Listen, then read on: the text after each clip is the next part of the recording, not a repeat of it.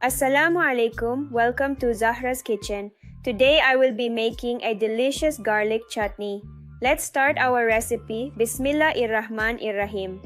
Here I have taken 1 cup of desi, local garlic. You can also make this with Chinese garlic. I will add 7 to 8 whole dried red chilies, 1.5 tablespoons of roasted cumin seeds, 1 tablespoon of salt, 2 to 3 tablespoons of oil, and half a cup of water. After adding all these, I will blend it. Be sure to try this spicy and delicious garlic chutney that can be prepared in just 2 minutes.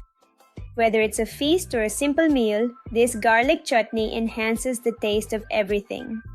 You can have it with roti, dal chawal, barbecue, paratha, basically with anything.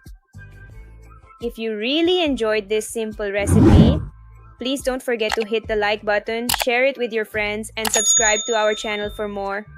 Look, this incredibly delicious and flavorful chutney is now ready to serve. Check out its texture. It should look like this. Now let me carefully plate the dish. Finally, I'll add a beautiful touch of garnish. Do give it a try and let me know how you liked my recipe. Here, I have taken 2.5 kilos of garlic because everyone requested it, so I'll have to send it to everyone. I am making chutney with 2.5 kilos of garlic here, and we will make it using the same ratio. If you want to see short and quick recipes, follow Faamz Kitchen on Instagram, Facebook, and TikTok as well. You'll find the links in the description. Do give it a try and also let me know in the comments what you would like to eat this chutney with.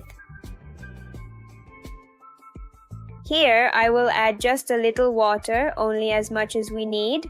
And from time to time, I'll use a spatula to move the garlic up and down so that the chutney blends smoothly.